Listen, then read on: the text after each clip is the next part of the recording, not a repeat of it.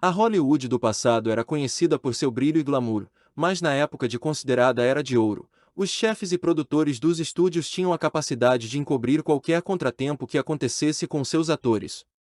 Isso incluiu incidentes menores, como acidentes de carro e gravidezes inesperadas, além de escândalos muito maiores. Dos anos 20 aos anos 50, os estúdios agiam com os atores de 5 maneiras principais, como recorda o Cinemaquilles nesse vídeo. Os estúdios estabeleciam contratos longos, e os atores contratados não tinham permissão para rescindir o contrato, a menos que fossem liberados depois que o estúdio sentisse que não eram mais lucrativos. E quando eles estavam cansados de trabalhar ou exaustos, os estúdios faziam o que quisessem para mantê-los funcionando. Se o relacionamento de um ator com o estúdio não fosse satisfatório, eles ficavam presos no contrato pela duração estipulada pelo estúdio. À medida que a fama de um ator aumentava, seu salário normalmente não acompanhava.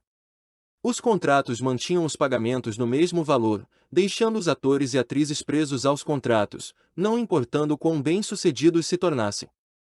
Esses contratos também não se limitavam aos atores. Eles também se aplicavam a diretores, roteiristas, produtores, diretores de fotografia, diretores de arte e técnicos.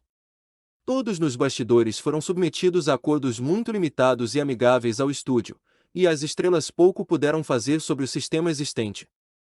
Quando um ator não se submetia ao que o estúdio queria, ele era mandado para a chamada blacklists. O caso de Olivia de Havilland, que ganhou fama por seu papel em E o Vento Levou, foi um deles. Para Olivia de Havilland, que estava sob contrato com a Warner Bros. Desde 1935, ela rapidamente se cansou dos personagens limitados e superficiais que lhe foram oferecidos.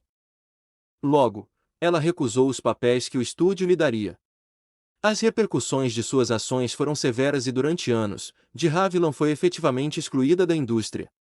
Nos bastidores, os executivos da Warner Bros. Espalharam a palavra para outros estúdios para não dar emprego a ela por causa de sua atitude difícil, tudo porque ela queria ter o mínimo de escolha nos filmes que filmava.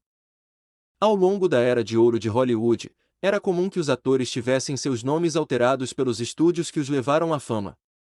Judy Garland, Marilyn Monroe e Natalie Wood estavam entre as inúmeras estrelas cujas identidades lendárias foram fabricadas pela indústria. As motivações por trás dessas mudanças de nome foram variadas.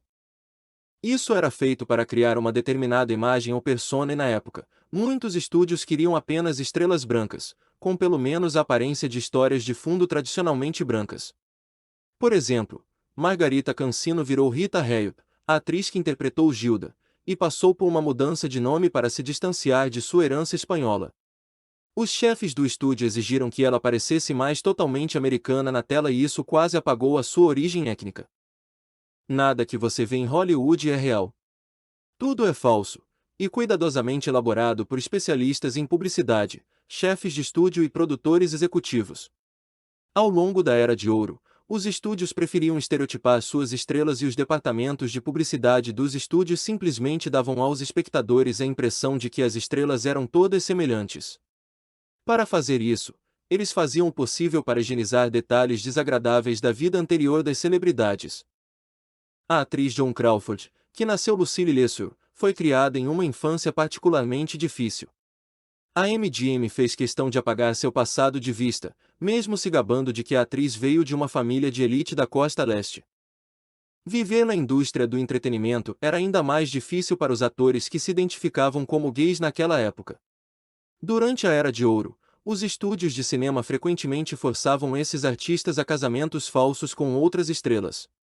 Essa era uma forma de esconder suas verdadeiras identidades do público e ainda tornar as estrelas comercializáveis. Além disso, o aborto foi amplamente aceito em Hollywood durante a primeira metade do século XX.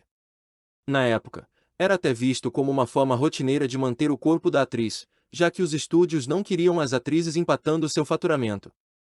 Os estúdios não podiam se dar ao luxo de perder uma atriz, enquanto ela dava à luz um bebê, por exemplo, então eles cuidavam para que as atrizes estivessem sempre disponíveis para as suas produções. Esse foi o vídeo de curiosidades de hoje e ficamos por aqui, agradecendo o seu like e sua audiência. Não se esqueça de se inscrever se ainda não for inscrito, pois voltaremos com mais listas, dicas e curiosidades como essa aqui mesmo, no Cinemaquilles.